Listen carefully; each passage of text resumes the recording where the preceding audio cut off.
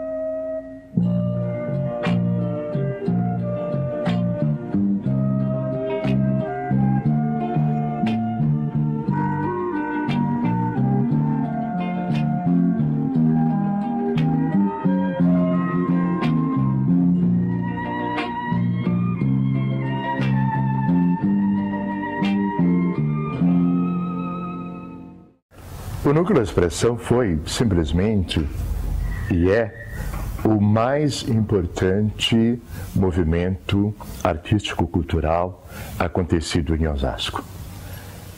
É um movimento cultural que até hoje tem suas marcas indeléveis na sociedade osasquense. O Núcleo da Expressão conseguiu fazer com que, durante o seu período de existência, viessem para cá os principais críticos de teatro daquele período para assistir aos espetáculos. O Núcleo da Expressão fez com que a cidade de Osasco passasse a ser citada no roteiro teatral dos jornais da época, dos principais jornais da época, Folha de São Paulo, Estadão, Última Hora, e outros que havia na época. Então, e isto nunca mais voltou a acontecer, infelizmente. Uma das integrantes do Expressão, a Maria da Paixão, uma vez ela me conta que num congresso na Bahia, ela tem uma mesa de um diretor de teatro da Dinamarca. Talvez isso precisa ser apurado, não sei se é exatamente da Dinamarca, mas eu sei que era um país lá do fim do mundo. Ele abre a mesa e a mesa dele era o teatro popular do Núcleo de Expressão. É uma tese de um professor de teatro de uma universidade da Dinamarca. Nós ali tínhamos um desejo artístico que nem sabíamos dele. Então, eu acho que, nesse sentido, o Núcleo de Expressão foi a magia, né? O milagre social assim, que nós precisávamos, porque eu me vi cidadã. Quando o trabalho do Núcleo de Expressão começou, eu me descobri artista e me vi cidadã. E esse momento foi de uma extrema importância, assim, o movimento do Núcleo de Expressão dentro da região. Eu morava, na época, em Carapicuíba, eu conhecia Carapicuíba, toda essa região, conhecia tudo, vivia aqui, eu cresci aqui eu estudei em Osasco minha vida inteira. Então eu tenho muita segurança quando eu digo que para ver teatro eu tinha que me locomover mesmo. Nós íamos em excursão, o que era maravilhoso. E quando eu soube que tinha um grupo de teatro, um curso de teatro acontecendo em Osasco, eu não tinha noção do que poderia ser. Então, quando você me pergunta o que foi o Núcleo de Expressão, meu Deus do céu, eu tenho dificuldade até de ter uma resposta precisa, porque foi muita coisa. Foi muita coisa. Você fala, opa, pera um pouquinho, essa história atravessou o oceano. Essa história não ficou restrita à cidade de Osasco. Essa história não ficou restrita ao estado de São Paulo. Essa história não ficou restrita ao Brasil. Essa história fez escola, ecoou em outras praias. O Núcleo de Expressão é uma expressão que realmente está gravada na mente de todos nós, principalmente que participamos diretamente desse processo. O Núcleo de Expressão foi um processo de transformação, foi um processo de surgimento, efetivamente, de um movimento cultural em nossa cidade. Eu tive o prazer, realmente, de participar desse processo. Foram muitos anos seguidos com um grupo de pessoas fantásticas, a cada dia um aprendizado diferente, a cada dia uma nova descoberta, e isso me permitiu uma série de transformações, inclusive na minha vida pessoal, na minha vida em sociedade. Isso me permitiu entender o que efetivamente representou a arte em nossa cidade, o que representou a arte na minha vida, e claro que isso sintetiza o que representou a arte em toda a nossa cidade. Com o surgimento do Núcleo Expressão, a atividade teatral começou a ter mais presença na cidade. Foi quando se montou alguns espetáculos e que teve grande acesso do público. Agora, a preocupação do Núcleo Expressão era criar um público para teatro. Tanto que as escolas vinham em massa para o teatro. A princípio, ele era feito em espaços da cidade, não muito próprios para teatro, mas mesmo assim tinha grande procura pelas pessoas interessadas em teatro. O Núcleo Expressão foi uma das maiores experiências da cidade. Foi aonde realmente começou a existir teatro na cidade. Essa cidade não tinha cultura, não tinha lazer, não tinha nada. Este Núcleo Expressão veio simplesmente trazer cultura para essa cidade.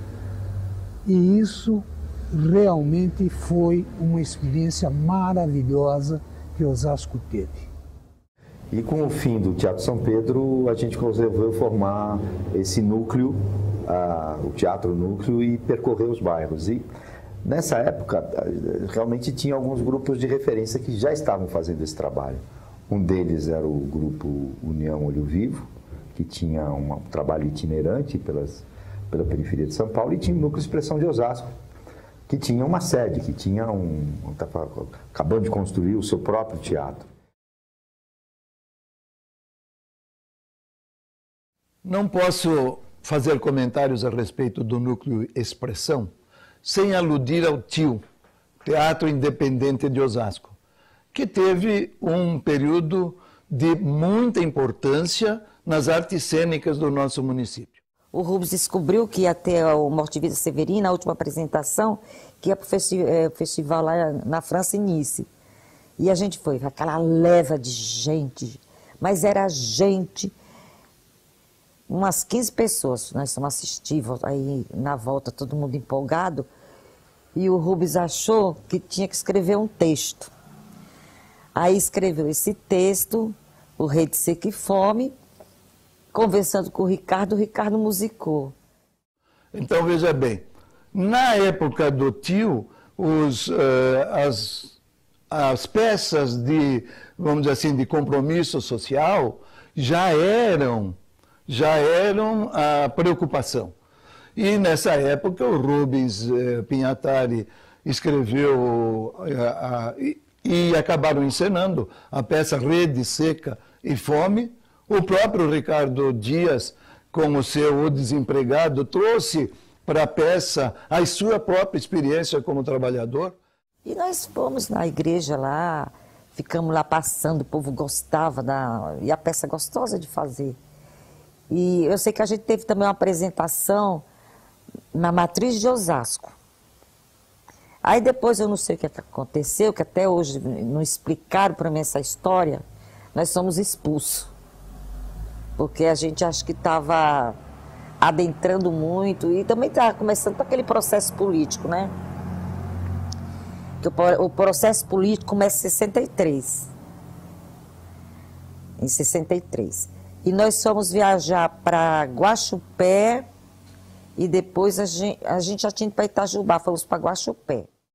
Até o momento em que, por um incidente, os representantes do tio foram chamados ao quartel e fizeram um depoimento, ou foram submetidos a um interrogatório e ameaçados que não deveriam continuar com aquele tipo de apresentação teatral. Uma senhora levantou, falou que aquilo era mentira, que não existia aquilo, que a gente devia falar de comida, não sei o quê, e ela era a mulher do Coronel Lipiani, aqui do Itaúna. Só que deu azar, que no dia que a gente estava lá, apresentando a peça, foi o dia que o Lamarca fugiu. Para não se submeterem à censura, os integrantes do tio acabaram resolvendo sustar por algum tempo as suas apresentações. Lá em Guaxupé, aqui a gente fez aquela viagem, que a esposa do Coronel Lipiani se levantou e disse que estava errado. Acho que foi nessa hora que cantou Fim de Reza, porque Fim de Reza era uma música do Ricardo e a letra é dele. E essa música, ela criava polêmica. É assim, tem mais beato em altar de igreja do que beleza nesse meu sertão. Gente que reza pra Deus melhorar. Depois esquece de se ajudar. Gente que aceita que o destino é coisa feita. Não vê que é hora de tudo mudar. O que eu peço a meu povo é luta. Da tristeza tanta, da pobreza e o desamor. Vamos depois então orar ao Criador. Vamos depois então orar ao Criador. Então essa música causava uma polêmica, né? O povo gostava, aplaudia. Tinha os que não gostavam, né? Que era o favor do regime, eram os arenistas. Na verdade, aquele foi o momento em que o tio se extinguiu, mas a experiência ficou. E aquela chama pelo teatro e pelo compromisso social daqueles jovens, aquela chama fez com que eles retomassem o trabalho, agora com mais experiência, agora com mais preparo, mais amadurecidos. E foi quando surgiu a ideia da criação do Núcleo Expressão. E o Rubens sempre diz, ele tem razão, que quem foi embora, que depois veio, teve anistia, pegou a aposentadoria, duro quem ficou fazendo aqui dentro o trabalho de conscientização, né? E daí, então, nesse momento, quando o tio foi extinto, a chama, como eu digo e repito, não se apagou. Tempos depois foi criado, então, o Núcleo Expressão, que levou o Teatro de Osasco, a cidade de Osasco, a ter projeção estadual.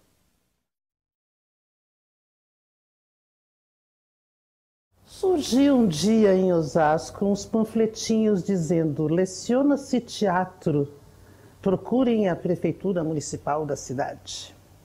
Não tinha um local definido ainda, acho que era o Salão Nobre que a gente ia se encontrar, não me recordo. Surgiu na cidade, saiu no jornal, e como eu fazia ginásio aqui no Segundão, eu fiquei sabendo disso e lá fui. E me tornei isso. O Núcleo Expressão surgiu também em decorrência de um curso de teatro, do primeiro curso de teatro de Osasco, que o Rubem liderou com muita propriedade, porque de nós todos que vínhamos de teatro de igreja, teatro feito em comunidades paroquiais e tudo, como o que era feito na Paróquia Imaculada Conceição, de nós todos o Rubens era o que tinha mais experiência, tinha mais conhecimento teórico, né? O Núcleo Expressão começou como um curso de teatro no Paço da Prefeitura Municipal de Osasco, mas que deu certo, que evoluiu muito rápido. Não foi simplesmente um curso de teatro, ele conseguiu crescer durante muitos anos e partiu para um teatro amador e depois um teatro profissional. Bom, eu cheguei num domingo de manhã, em 1971, para fazer um curso. Esse curso era coordenado pelo Rubens Pinhatari, pelo Ricardo Dias e pelo Cacá. Não me recordo o sobrenome dele, que era um professor de literatura e, enfim. Aí apareci aqui em Osasco para fazer esse curso.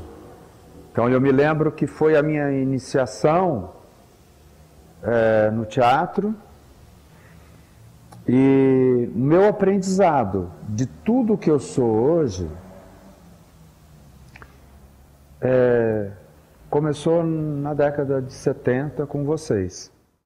Olha, a minha participação junto à questão do Núcleo Expressão começou num processo muito... Eu acho até interessante comentar. Eu já apreciava o trabalho teatral na cidade desde muito tempo antes do surgimento do Núcleo Expressão. Ainda garoto, ainda adolescente, mas eu realmente já tinha uma atração pela atividade.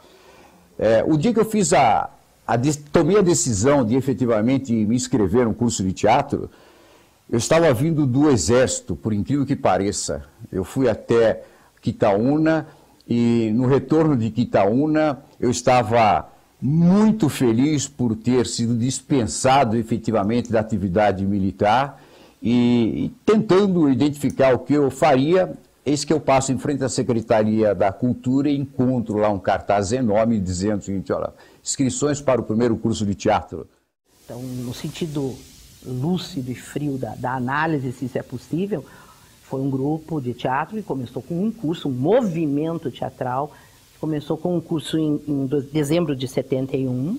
Nós éramos alunos de uma oficina que estava sendo dada na época pelo Rubens Pinhatari e pelo Ricardo Dias. Rubens Pinhatari e Ricardo Dias, meu Deus.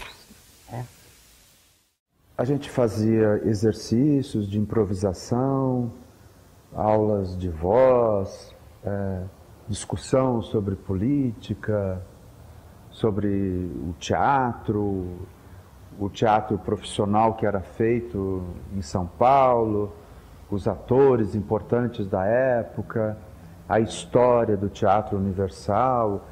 E foi o primeiro núcleo, a primeira discussão sobre teatro que existiu, pelo menos na minha existência. Aí foi um homem chamado Jesus. Vamos fazer um Cristo negro. Por quê? O que eu aprendi no Núcleo Expressão? Que a gente tem que transformar, a gente tem que modificar, a gente tem que tentar fazer o diferente. E aí um homem chamado Jesus foi uma experiência de teatro de rua fantástico, envolvendo a plateia. O povo hoje está dizendo, 2013, dizendo, nós fazemos teatro de rua. Lê do engano.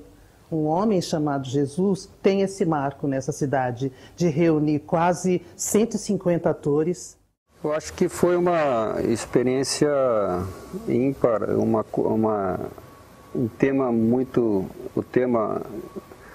criativo, a questão de colocar um Cristo negro, e que deu uma repercussão para o Núcleo Expressão muito grande, não somente na cidade, no país, e acho que até fora do país, porque mexeu muito com a questão que hoje se fala muito na questão racial, mas naquela época já estávamos falando sobre isso. Né?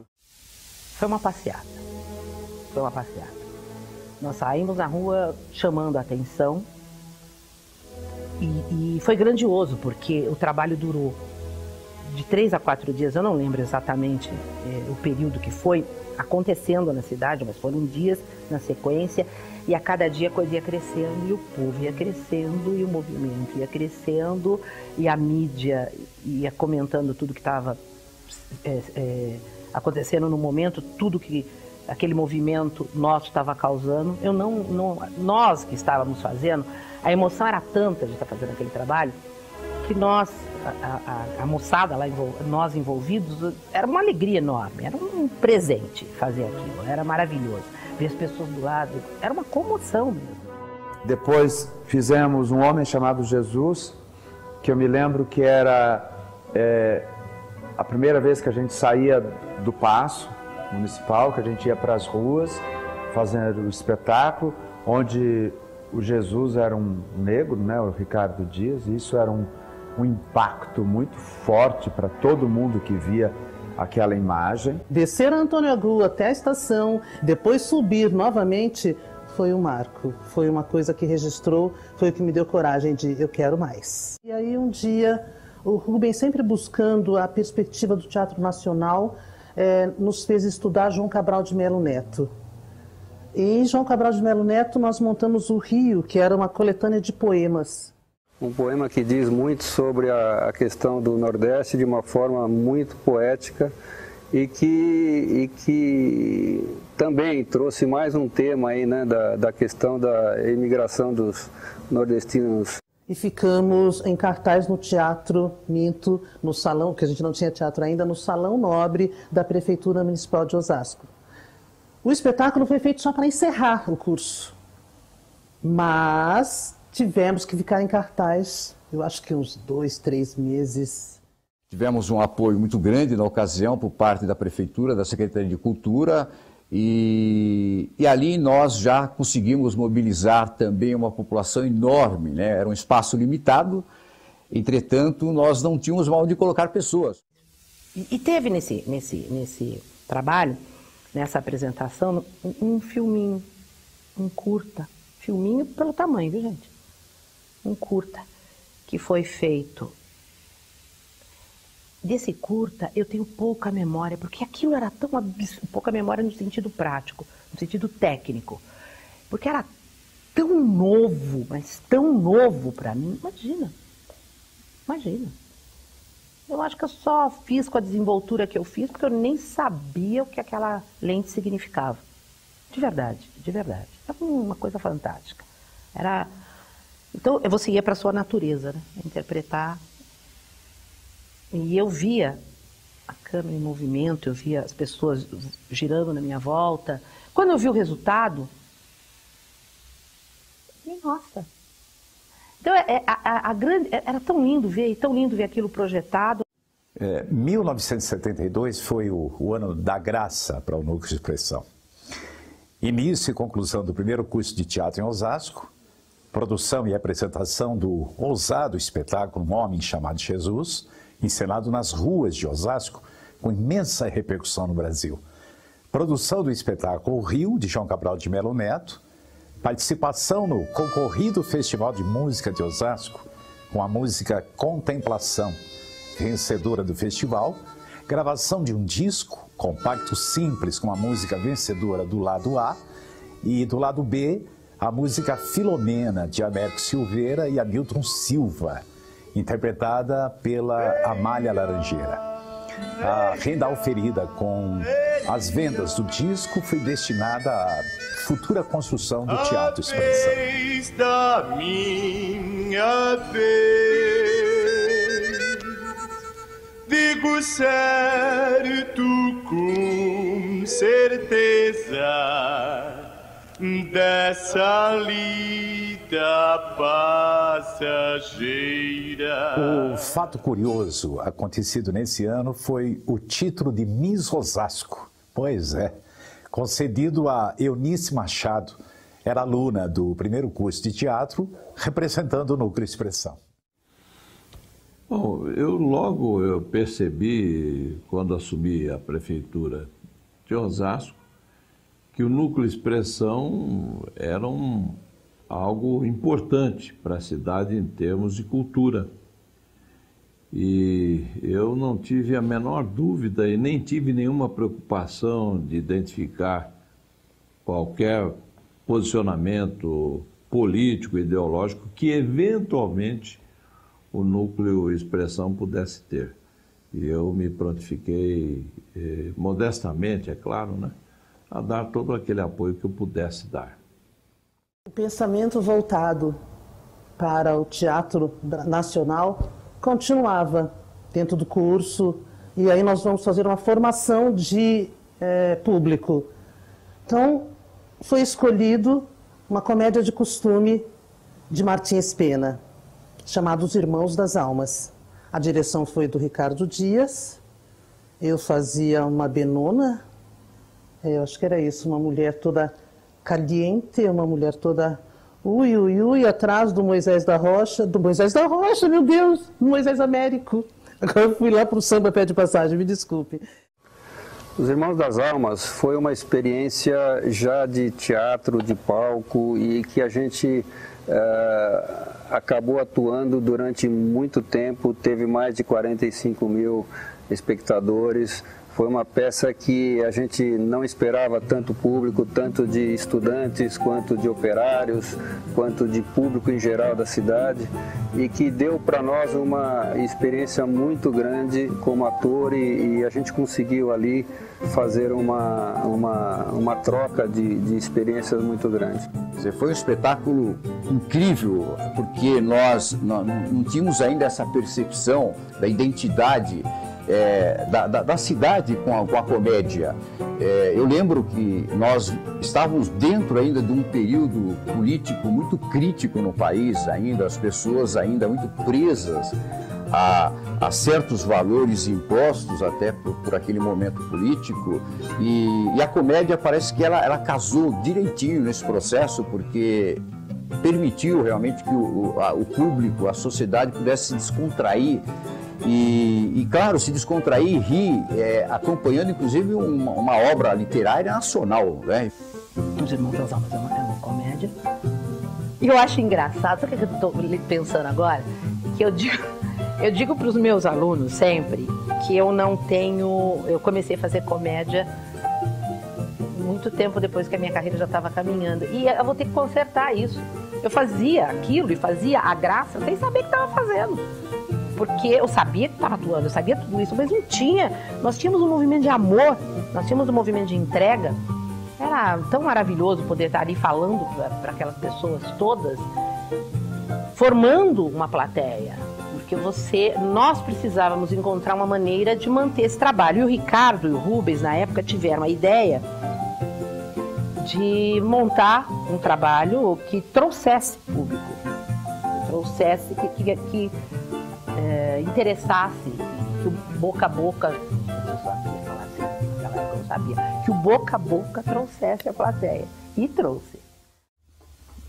No ano de 1973, tão logo se deu a estreia do espetáculo Os Irmãos das Almas, sentimos a necessidade de iniciar um projeto de teatro voltado para a infância. O Castelo de Molumi, texto de Jurandir Pereira, foi o escolhido para a montagem. Tínhamos a necessidade de mostrar alguma produção, algum trabalho para a garotada, para as crianças, enfim, garotos de até 10 anos, 12 anos, mas enfim, de 5 a 12 anos.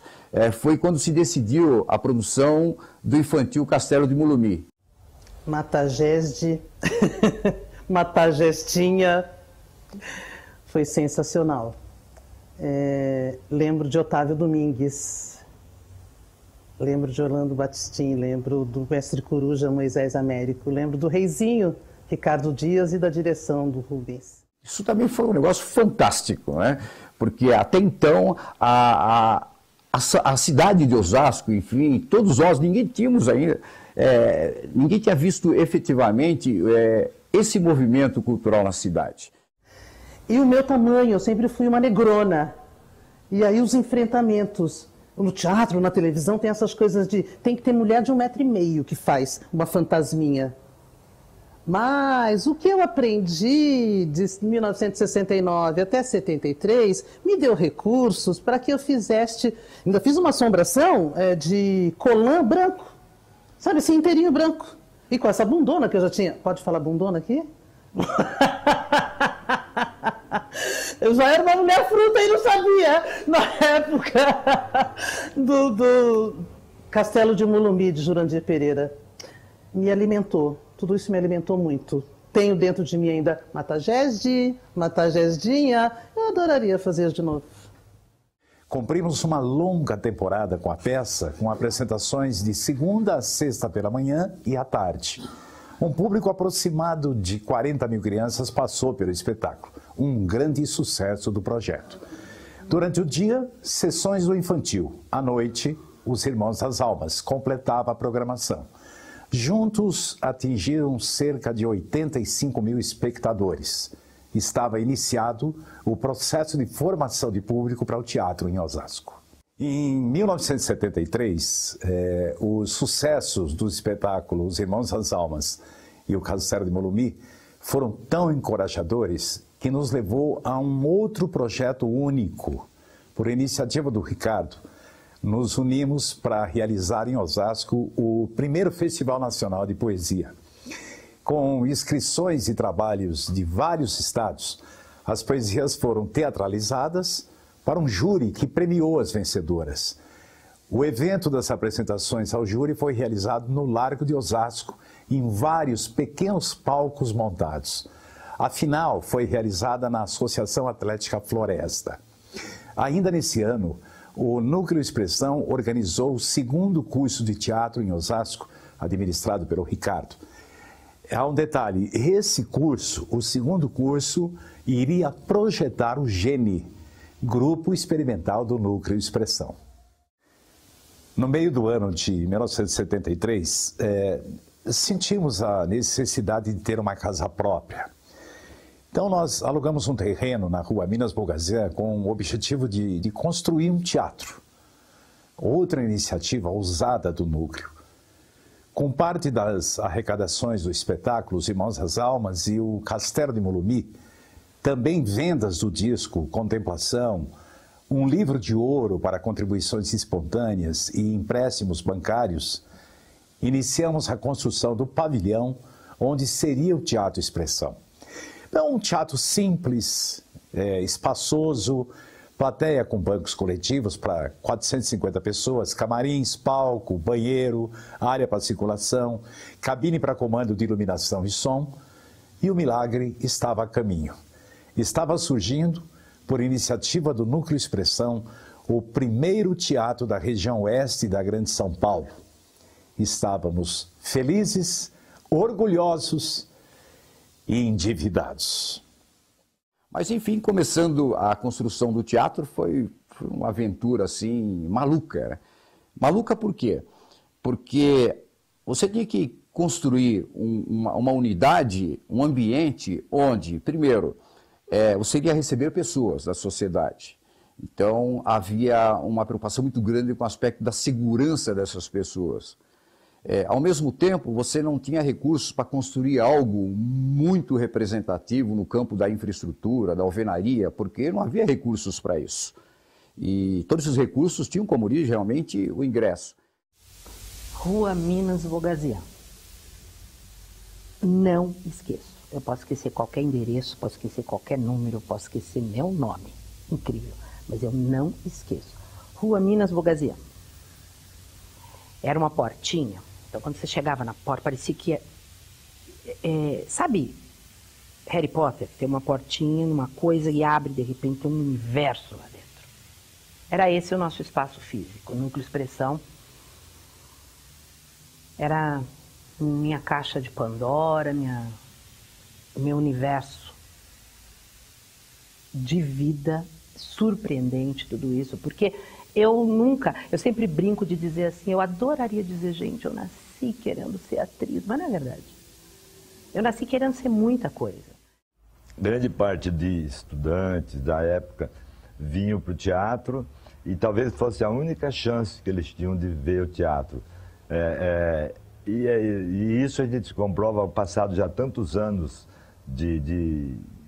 do encerramento das atividades do Núcleo Expressão, a gente ainda encontra pessoas na rua que falam, que lembram do tempo que ele era criança, que ele era estudante das escolas e que vinha para o teatro e que aquilo também foi a única experiência que eles tiveram de ver teatro.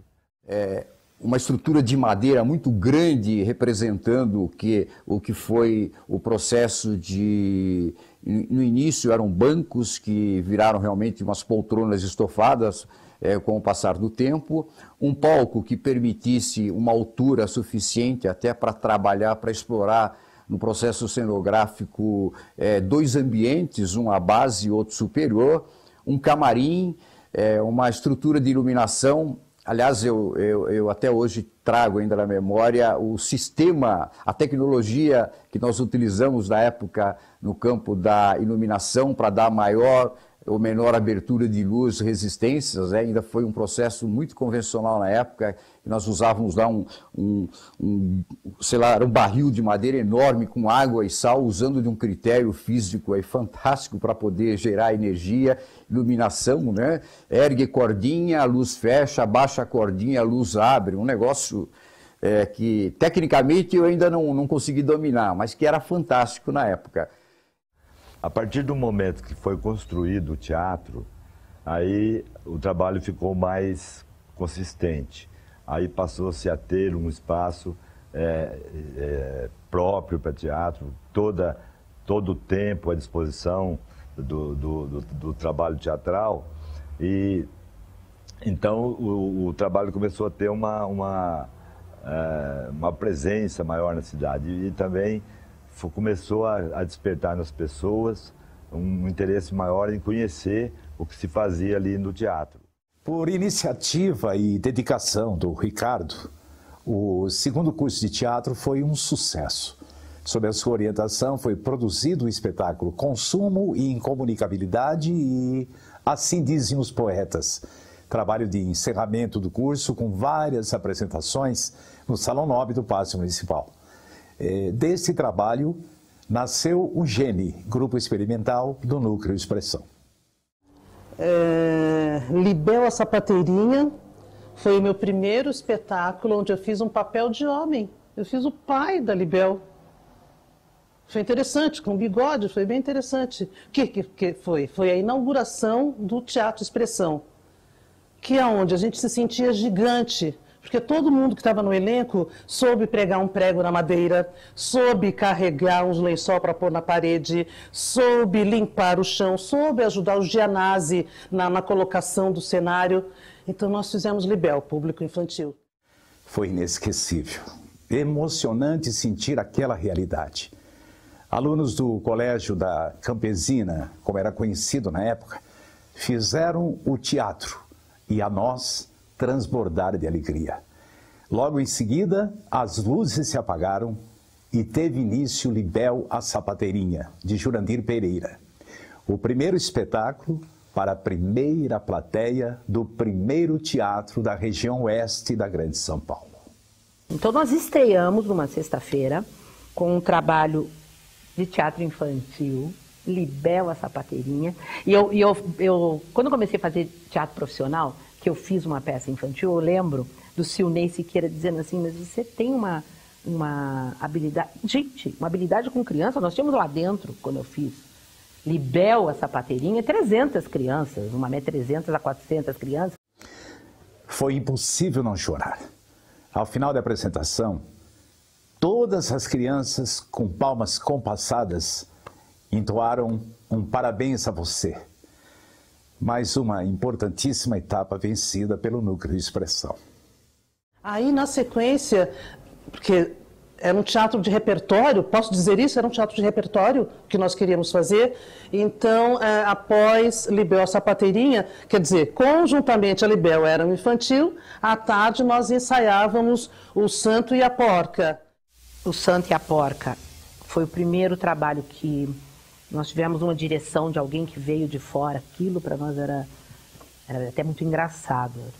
No começo foi até uma coisa de olha, que era Elvira Gentil, que foi muito querida no processo, e continuamos aprendendo, porque o Rubens e o Ricardo abriram as portas para que outras pessoas chegassem e nós pudéssemos ter um aprendizado até maior diante de tudo que estava acontecendo ali e até nos pegando de surpresa. Fizemos o Santo e a Porca, também estou lembrando a carinha das pessoas, não lembro dos nomes de todo mundo no elenco, mas era Jussara, era um elenco fixo que a gente tinha, porque foram só de 150 pessoas, foi acontecendo um esvaziamento natural, que o Rubens sempre dizia que isso ia acontecer, o Ricardo também alimentava que isso um dia ia acontecer, que não era todo mundo que ia ficar.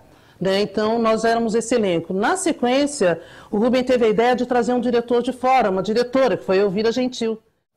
Quando eu cheguei em Osasco, eu queria ver como é que era e percebi que as pessoas lá me receberam com tanto carinho, com tanto respeito, me aceitaram tanto, que eu falei, é aqui que eu quero ficar. O Santo e a Porca, de Ariano Suassuna, foi uma outra experiência, uma comédia, onde como ator a gente conseguiu fazer uma outra parte, uma outra forma de atuar, e que também teve um público enorme, teve uma experiência muito grande.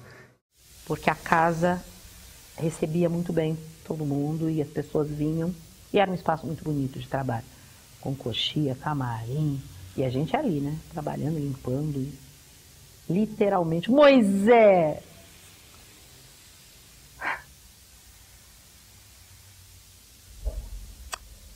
Moisés. Me ensinando a sentar tijolo. Quero fechar essa resposta com essa imagem na minha cabeça. É o chique do ofício, né? E que foi de bastante sucesso na cidade. Eu acho que a partir daí, quer dizer, foram desde um homem chamado Jesus, né? São coisas que eu coloquei no começo, foram experiências criativas e cada vez mudando, uma comédia, um poema, né? e um teatro na rua. Eu acho que isso deu uma dimensão muito grande para todo o elenco, e para a cidade também conhecer novas experiências com o grupo, com o teatro. Especialmente quando daí eu passei a montar o Santo e a Porca, teve muitas coisas que me deixaram fascinadas. Primeiro foi na montagem, onde havia uma disponibilidade dos atores e da direção do núcleo de atender tudo aquilo que eu estava colocando em cena no Santo e a Porca, por exemplo. O próprio Santo e a Porca é de uma oportunidade dessa criatividade. Ele conduz a gente a essa criatividade. Bem, eu trabalhava aqui em São Paulo com o Gentil, o marido da Elvira. E a gente acabou se conhecendo, depois comecei a trabalhar com ela. E ela me levou para Osasco. Mas eu era moleque, sei lá quantos eu tinha, mas eu era mais moleque, acho que do que eu tinha de idade mesmo. Então eu estava descobrindo tudo, né? Estava descobrindo tudo para mim era novidade, assim. E todo mundo procurava atender. Então, por exemplo, eu me lembro da luz, em que a luz para o espetáculo era feito, quando baixava a resistência, tinha um pedaço de ferro dentro de uma caixa de água com sal, que fazia assim e abaixava a luz. E a gente forrava os refletores com papel celofane. Eu levei os Kuznin lá para assistir o ensaio. Quando ele viu aquilo, já tinha contado como é que era o processo, ele fez assim para mim, que maravilha! Eu ia, sei lá, para mim era um encantamento só, entendeu? Pegar trem, sofrer que nem um cão, porque era um trem, acho que agora está diferente já, mas naquela época era um trem que você ia feito sardinha em lata, ele estava quebrado, depredado, né, os trens. Era loucura, era bem loucura aquilo. Mas eu ia assim, numa felicidade muito grande. Aí eu fazia música. Ela me levou para fazer música para ela. Assistência, talvez, de direção também, não estou lembrando direito. Mas música com certeza. Na apresentação, eu ficava emocionada de ver aquele público chegar descalço, as mulheres descalças, os homens descalços, porque vinham de periferia, que não tinham dinheiro nem para comprar uma sandália. E estavam lá, assistindo, vendo. Ficou legal, acho que ficou um trabalho bacana. O espetáculo era bom, sei lá, para mim era tudo, era um encantamento, um deslumbramento, tudo para mim era novidade, tudo era... Sabe aquela coisa que você tem ao descobrir o teatro, que até agora eu já perdi um pouquinho, né, para ser bem sincero, né? Você acaba perdendo, né, com os anos, mas aquela descoberta, isso não tem preço. Me emociona muito lembrar, que eu não lembro do nome da pessoa, que trabalhava, que distribuía os panfletos, os papeizinhos, os programas.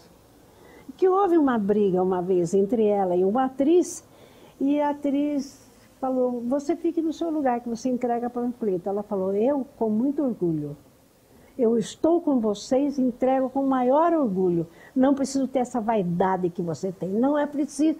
Não precisa ficar no palco para sentir toda essa paixão que eu tenho pelo teatro. Aquilo tudo foi me deixando muito envolvida. Paixão repentina, paixão duradoura. É isso aí. A minha vida era aquilo, eu estava me encontrando. Na vida mesmo, encontro profissão, porque o que eu ia fazer, o que eu queria mexer com arte, principalmente com música e tal. E aí fiz o Sofia Porca, eu acho que resultou num espetáculo lindo. Para mim era tudo de bom, eu não posso, sei lá, a fantasia mesmo, o sonho, não a fantasia. O sonho de você estar realizando um primeiro trabalho, se encontrando enquanto pessoa, enquanto indivíduo, enquanto artista. Então é isso que eu sou. Em 1973 eu conheci o Antônio Sérgio. Quando eu participava assim com um grupo de teatro amador, né, nas Redondezas em Osasco. Aí eu conheci o Sérgio, que hoje é o meu marido, né, Antônio Sérgio Vieira, e ele me convidou para participar no Núcleo Expressão. Aí eles iam montar a Moreninha, na época, um infanto juvenil, e me interessou. Aí o Rubens Pignatari me convidou, né, para participar com o elenco. E eu resolvi topar essa parada. Que foi fantástico, foi também outra quebra de costumes, porque em 1880 e poucos, negro era escravo, então eu era a única negrona. Não, eu, a Mercedes e o Ricardo éramos os 3 negros do elenco. Um dia a Elvira chegou junto com o Rubens e disseram que tinham conseguido... Nós tivemos uma doação, porque eu trabalho, né? Como é que ia ser a história do figurino, como é que ia ser tudo isso? Nós recebemos todo o figurino do filme e a trilha sonora. Aí fica um detalhe importantíssimo. Eu ia colocar os vestidos da Sônia Braga. Era o Oscar, era muito bom, os vestidos eram lindos. Eu lembro das meninas, nós tínhamos uma alegria de vestir aquilo, porque era roupa de época, com um saiote por baixo, e para escolher os vestidos, né? Porque tinha um que só entrava em algumas, e às vezes era o mais bonito que entrava na outra. E aí era uma delícia, porque não adiantava você ser a protagonista, se a roupa não servisse, e a mais bonita ia ficar para outra. Era muito bom aquilo tudo, era muito bom. E essa brincadeira, né, da história da protagonista, que até hoje eu tenho uma pessoa específica, que é a Elias Andreato, que brinca muito comigo por causa disso. Depois, eu voltei para São Paulo, eu comecei a trabalhar. Eu me lembro que eu trabalhava na Editora 3, eu tinha um cargo importante, eu tinha um salário que na época era muito alto, assim, eu ajudava a minha mãe a pagar o aluguel, a sustentar lá as necessidades básicas da minha casa, junto com os meus irmãos. E eu me lembro que naquela época eu tinha conta em banco, isso era muito raro, um jovem, né, ter conta em banco. E porque a minha profissão me permitia, eu ganhava um salário bom. O prazer de fazer, o prazer de cantar, eu adorava fazer, porque eu cantava, eu adorava. Só que teve um detalhe, o tom da gravação, que era um tom acima do meu. E aí me convidaram para fazer a Moreninha, aqui em Osasco, já no Teatro Expressão. Aí eu cheguei para minha mãe e falei assim, eu vou sair do meu emprego, lá da Editora 3. A minha mãe falou assim,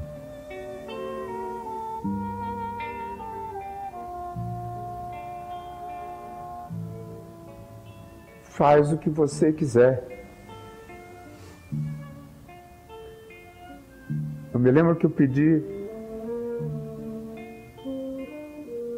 as contas e falei para minha mãe assim, eu agora não vou poder mais ajudar a senhora, eu vou de trem e vou ter que levar a marmita. Aí ela falou, mas se isso é o que você quer, meu filho, vai atrás dos seus sonhos.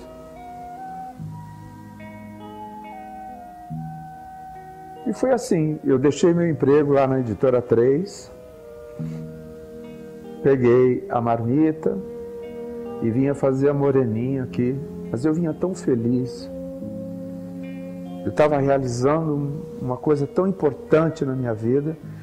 Eu tinha um salário, a gente recebia um cachê. E, enfim, a gente tinha um figurino que foi doado pelo Glauco Mirko Laurelli, que foi o produtor da Moreninha. A direção era da Elvira Gentil, o elenco tinha a Jussara de Moraes, a minha grande amiga até hoje. Já ficava pensando na possibilidade de fazer um musical, de enveredar por esse caminho, porque eu sempre gostei muito de musical, hein? Mas só que eu precisava, na época, de outras pessoas para colaborar. Nessa época, o Vladimir Capella já estava, fez a assistência de direção e outras pessoas que eu não me lembro agora que também foram ajudar a montagem da Moreninha. Bom, a Moreninha para mim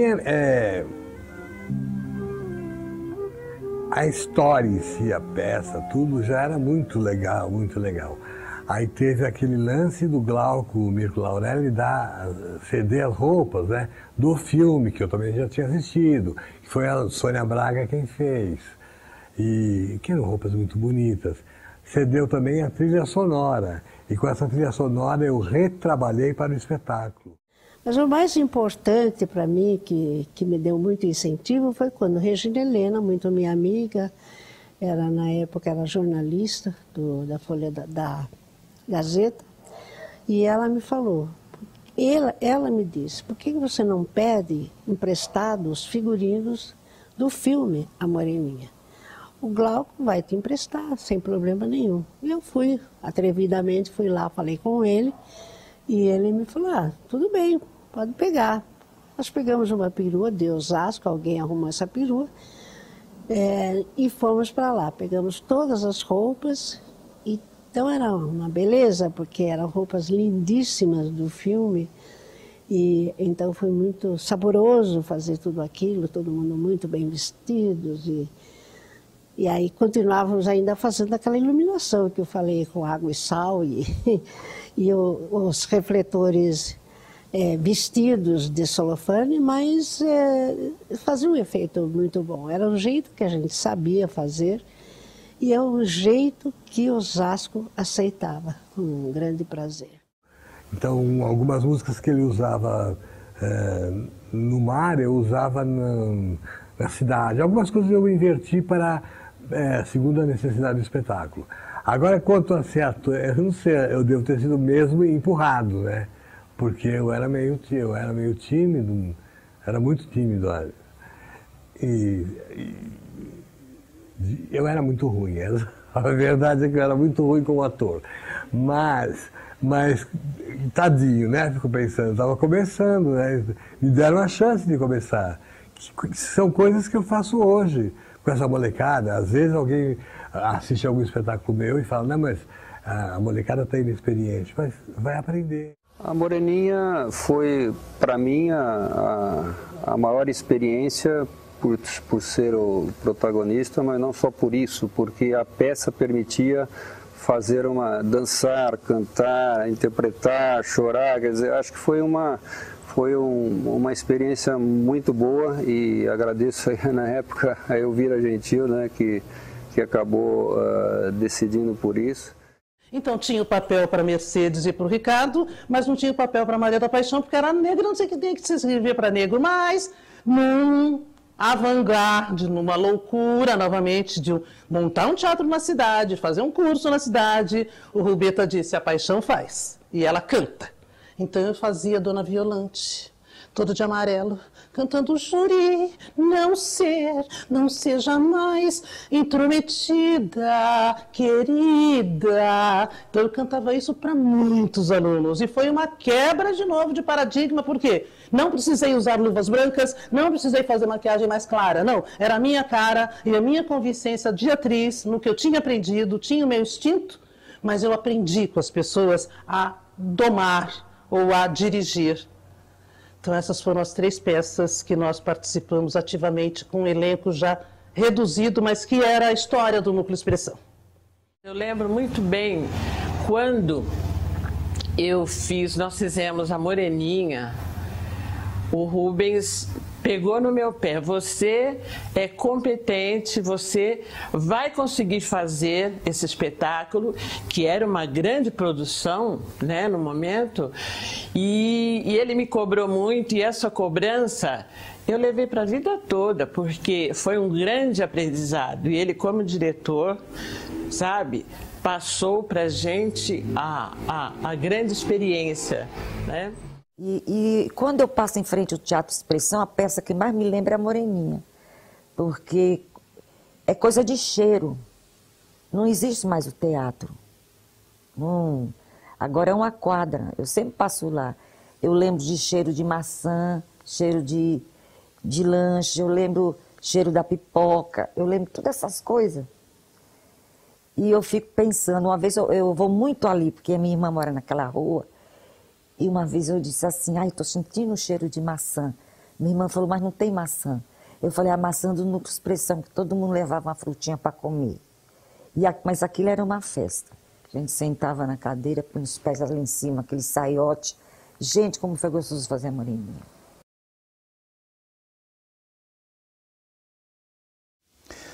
O ano de 1974 foi também marcado por muitas conquistas importantes. Tivemos a inauguração do Teatro Expressão, produções de 3 espetáculos: Libel Sapateirinha, O Santo e a Porca e a Moreninha. Tivemos ainda as chegadas da diretora Elvira Gentil e do compositor, músico e diretor musical Vladimir Capella, depois também ator. A Associação Paulista dos Críticos de Arte, a APCA de São Paulo, confere ao Núcleo Expressão um prêmio pelos trabalhos de popularização e descentralização do teatro. O Mobral, Movimento Brasileiro de Alfabetização, numa coordenação de São Paulo, escolhe o Núcleo Expressão para se apresentar no interior e região metropolitana, encenando a princípio o espetáculo O Santo e a Porca. E no ano seguinte, a peça Procura-se uma Rosa, de Pedro Bloch.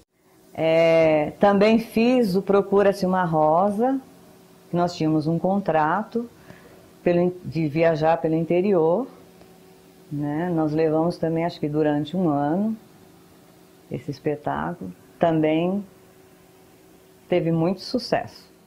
O contrato teve 1 ano de duração, um imenso público, alunos adultos, teve acesso ao programa em mais ou menos 100 e poucas apresentações.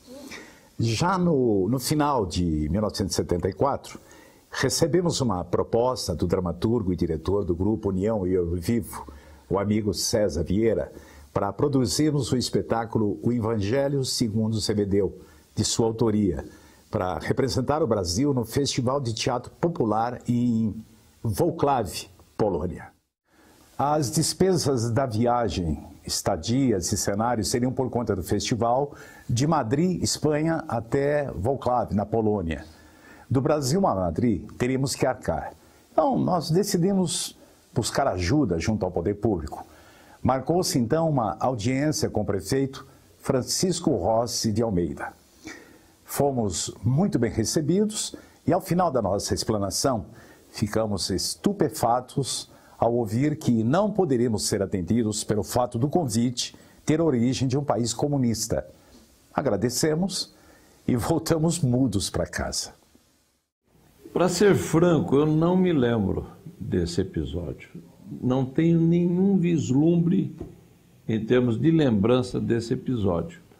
Mas, se você está dizendo que houve algum problema, eu tenho que te dar um crédito de confiança, mas eu francamente não me lembro desse episódio.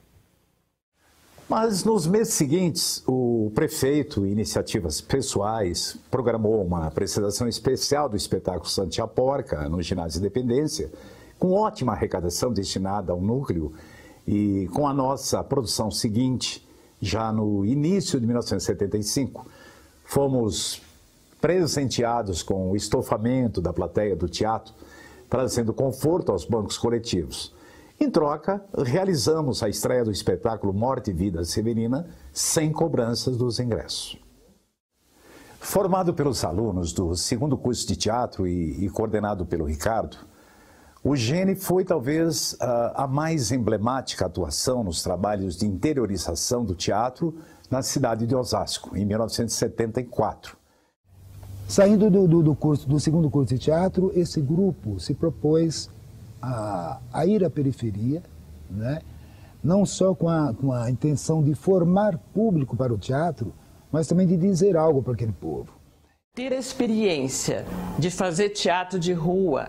Nós tínhamos um grupo itinerante que eu participei, eu curtia muito aquilo, nós íamos nas periferias de Osasco para levar teatro para esse pessoal, né?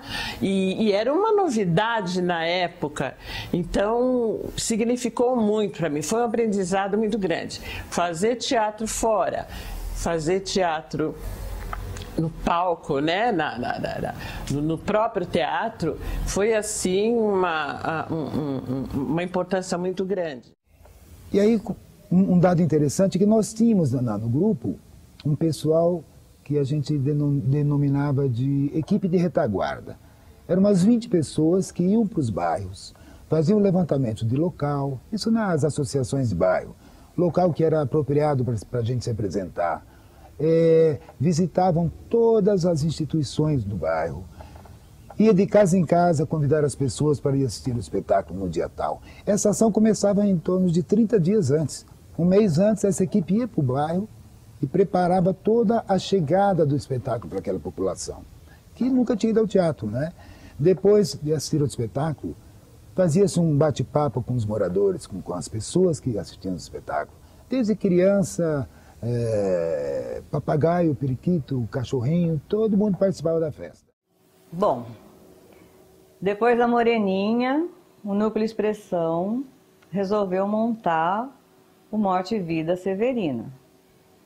E aí, né, eu também fiz parte desse elenco, né, com parte desse pessoal que trabalhou comigo à tarde, né, fazer o Infanto Juvenil. E a gente teve que ensaiar muito, né? Mas no fim deu tudo certo. Foi um espetáculo que foi um grande sucesso na época também. Em 1975, Morte e Vida Severina, de João Cabral de Melo Neto, com músicas do Chico Buarque, foi o espetáculo da Ordem. Mais uma vez acertamos. Um grande sucesso de público.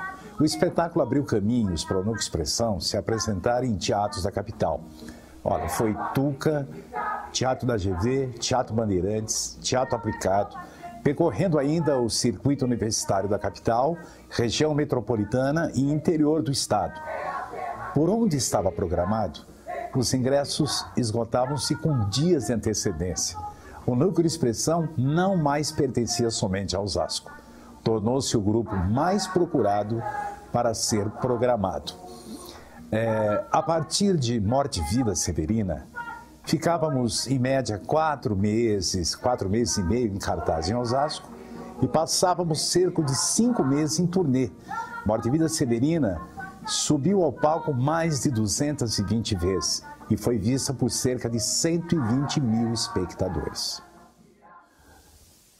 No Teatro Expressão, o Infantil Vera do Mar, também de Jurandir Pereira, seguia os sucessos de O Castelo de Morumbi e Libel a Sapateirinha.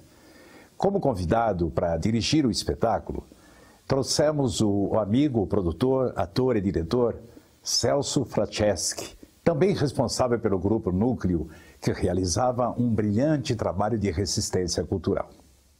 Pelo que eu me lembro, tinha que a gente cultivava muito um lirismo, cultivava muito uma proximidade, características da popularidade que o texto poderia gerar, quer dizer, do como poderia comover as pessoas que iam assistir o espetáculo, que não eram só crianças, evidentemente. A gente nos bairros tinha um público bastante diversificado, apesar do Núcleo Expressão ter um trabalho de formação de plateia dirigido nessa época, pelo que eu me lembro também. A gente vai ficando mais velho, vai esquecendo alguns detalhes, mas essas sensações são muito vivas ainda, dessa coisa prazerosa de ter trabalhado lá com Expressão nessa montagem do texto do Jurandir, do Velho do Mar. Em 1976, isso mesmo, Zumbi, de Guarnieri Bual, com músicas do Edu Lobo, povoou o Teatro Expressão. Quando decidimos sobre a montagem, não tínhamos certeza se estrearíamos, tamanha dúvida se a censura liberaria. Era naquele momento tudo o que queríamos dizer. Um texto forte, direto, curto e grosso, brasileiríssimo, em forma de musical. Um elenco talentosíssimo que cantava e representava com a alma. Um espetáculo emocionante, inúmeras vezes aplaudido em cena aberta. Falar de liberdade, opressão, guerrilha e resistência soava como provocação aos senhores do poder. Na apresentação para a censura, mostramos um espetáculo doce, leve como uma pluma, poético. Burlamos os censuradores. Foi uma temporada de grande sucesso por onde passou. O Núcleo Expressão se firmava na ação contra o golpe militar, entrincheirado bravamente com suas armas, o palco, a palavra e a consciência.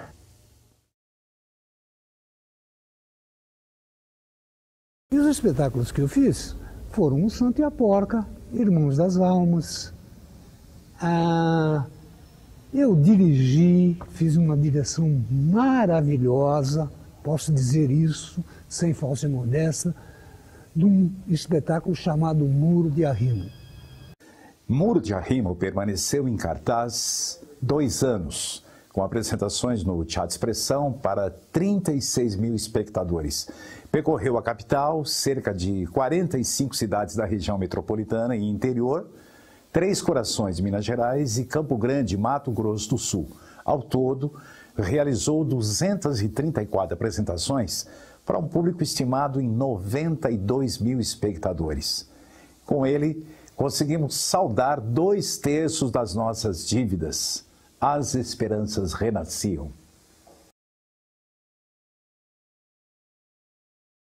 Espetáculo importante foi o Vivo Rei João, de Daniel Pedro, que era uma mulher pobre da periferia, que alugava um quarto para 2 rapazes e com aquela dificuldade de receber aluguel ou não. Então foi um espetáculo assim, muito bonito, que eram 3 atores, né? E essa personagem eu gostava muito, porque era uma mulher assim muito forte, uma personalidade muito forte.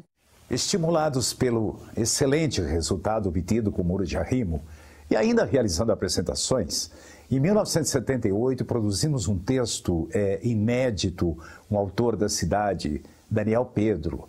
Viva o Rei João era o nome do texto. Essa montagem foi para ocupar o Teatro Expressão. Nós cumprimos uma curta temporada em Osasco e no Teatro da Praça, em São Paulo. Foi o penúltimo espetáculo da Era Expressão, com Ricardo Dias, Antônio Pedroso e Mercedes de Souza no elenco. Tinha também o Toninho Rodrigues e a Raquel Pinhatari na técnica, e a cenografia era do Gilberto Janassi e a direção era minha. Em 69, se eu não me engano, num jornal que tinha na cidade chamado Municípios em Marcha, pesquisa sobre o teatro da cidade na época da ditadura. E nessa pesquisa eu cheguei a essa matéria de jornal, de 69, né, assinada pelo Rubem e pelo Ricardo, em que eles projetavam uma ação teatral de longo alcance. Então eles pensavam no que eles iriam montar, como eles iriam montar com quem eles iriam montar e para que eles iriam montar. Eles não estavam falando de um espetáculo, eles estavam falando de um projeto de teatro para a cidade.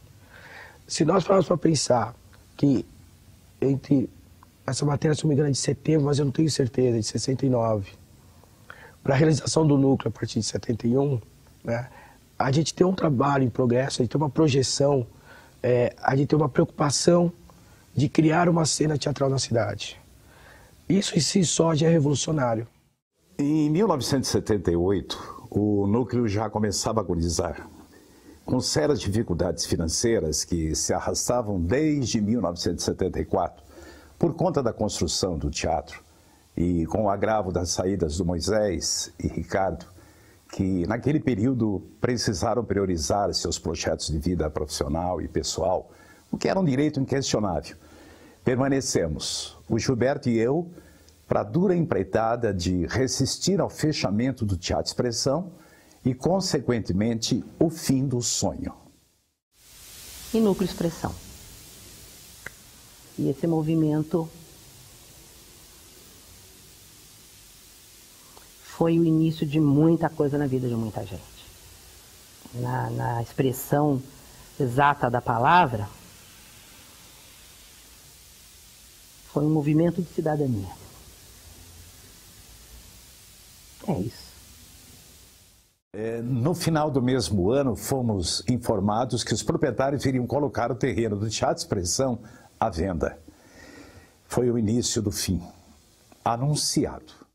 No que necessitava da minha pessoa para o engrandecimento desse teatro, eu estava à disposição e me sinto muito orgulhoso de ter feito isso. O teatro era edificado com estrutura metálica e telhas de amianto, flexível para desmontagem em terreno alugado. Sem recursos para adquirir o terreno, colocado à venda pelos proprietários em ações de agonia e desespero, inicialmente procuramos o poder público para solicitar ao prefeito Antônio Dinaer Guaçu Piteri, o amigo Guaçu, estudo e empenho para desapropriar o terreno e permitir o uso incomodado pelo Núcleo Expressão, ou ainda comprar o teatro para ocupação da administração pública. O importante aí é que Osasco já precisava, naquela ocasião, de um teatro, porque o problema de Osasco é que o teatro cresceu sem infraestrutura. Foi através do idealismo. Eu sempre acredito nisso. Acredito que através do idealismo você faz mais do que tendo simplesmente recursos materiais. Eu às vezes vejo teatros e outras bibliotecas que não são utilizadas porque não existe aquela presença de quem gosta do teatro, de quem ama o teatro, de quem quer fazer teatro. Osasco cresceu, o teatro de Osasco cresceu sem infraestrutura.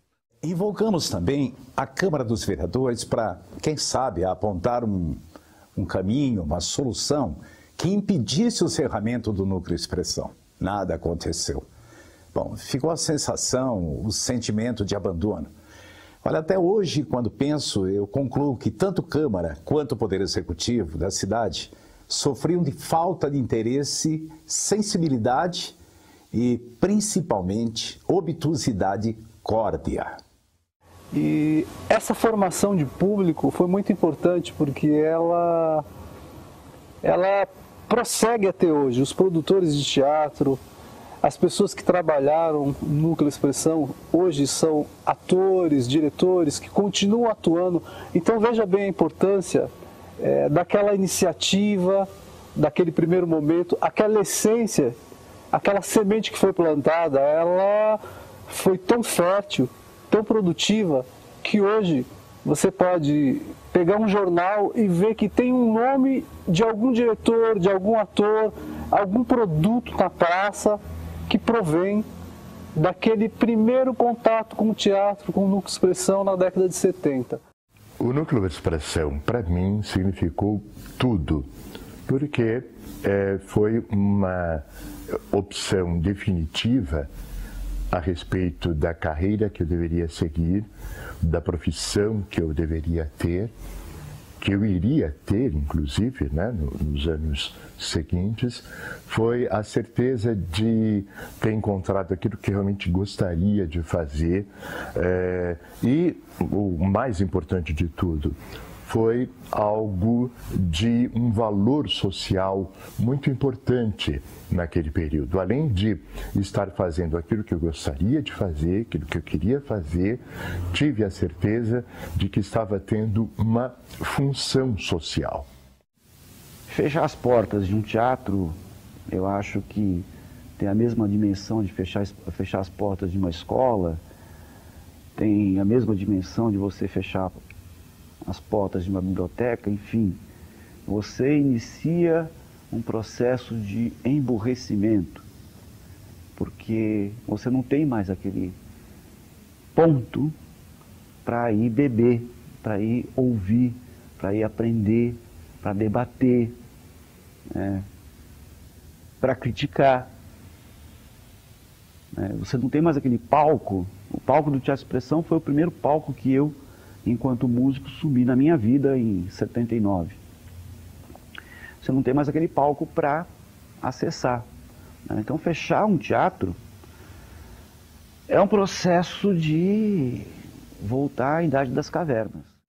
No dia 8 de dezembro de 1979, foi realizada a última apresentação de convocação geral no Teatro Expressão e também a derradeira ação do núcleo. Às 22h30, desligamos o som, as luzes e fomos para casa. Nunca mais voltaríamos.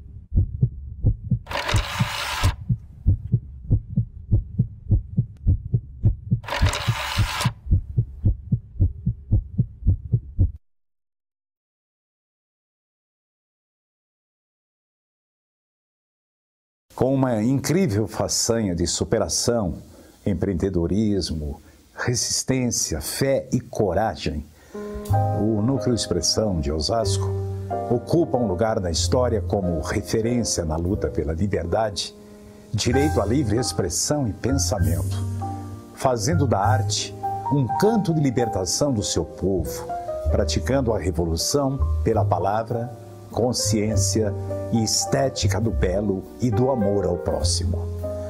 A sua trajetória foi do efêmero à densidade do eterno. Ainda bem que tem as artes para a gente não morrer.